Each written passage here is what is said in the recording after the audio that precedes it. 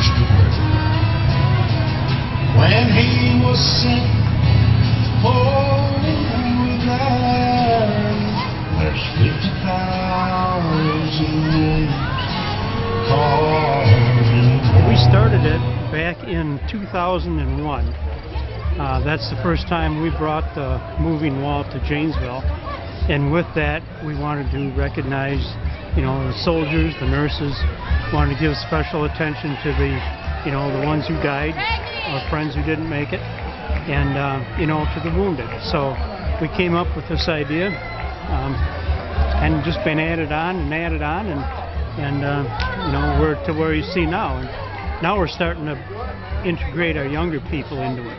Yeah, and what's it like getting them involved? You know, the ones that were in the statue, the 18 to 27, 28, it's pretty easy to get them involved. It's the 35 to 40-year-olds that we're having a problem getting involved, just because even our time when we were back at that age, you know, we had families to raise, we had jobs to go to, and we just didn't have time, you know, to do extra things. We were representing the statue that is at the Vietnam Memorial Wall in Washington, I believe, and this is the living statue presentation. And so why did you guys agree to do this, and what was kind of going through your mind as you were reenacting that? It's what little we can do for those veterans that have served. This is a ceremony honoring them, and it's an honor to do it. So. My great-grandfather, my grandfather, and my uncle were all in the military. Wow. So what kind of significance does this day have for you, coming from a military family? It has a lot of meaning. Remembering Grandpa, he passed a couple years ago, and thinking about their sacrifice. Yeah. Your grandfather, can you tell me a little bit about his service?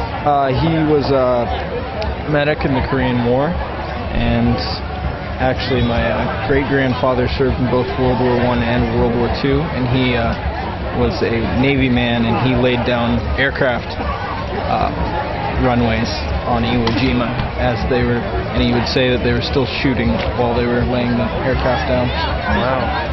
I think this day is really important because we need to honor those who died before that memory is lost, and we can use those past experiences not only as a remembrance, but to also better ourselves for the future.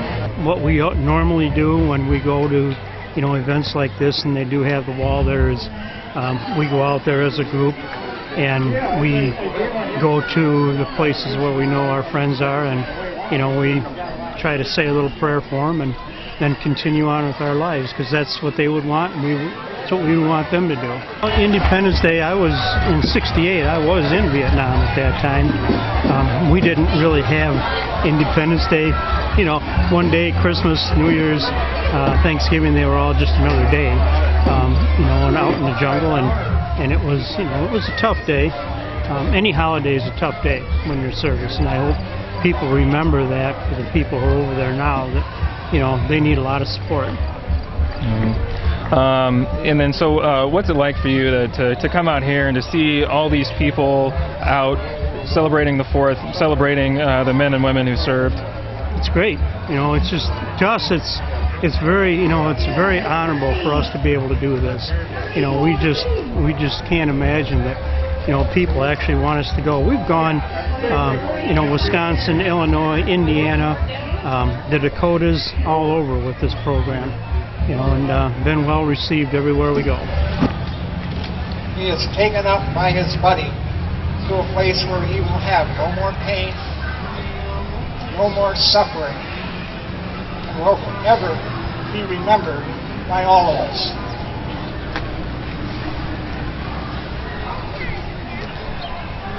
One more name will be added to the wall.